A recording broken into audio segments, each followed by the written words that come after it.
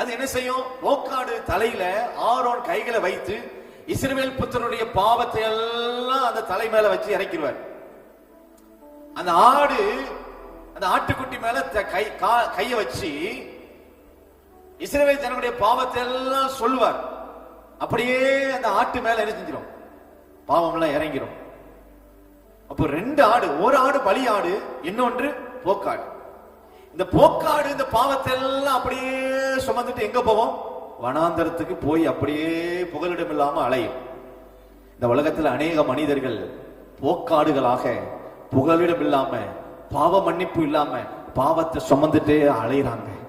அப்படிப்பட்ட இடத்துல நம்மை பலியாடா இருந்த நம்மை, பலியிடப்பட வேண்டிய நம்மை, நாம் பலியிடப்பட வேண்டிய இடத்துல அவர் நமக்காக பலியாகி நம்மள பலியாடுமா இல்லாம போக்காடுமா இல்லாம பிள்ளையாய் மாற்றி நம்மளை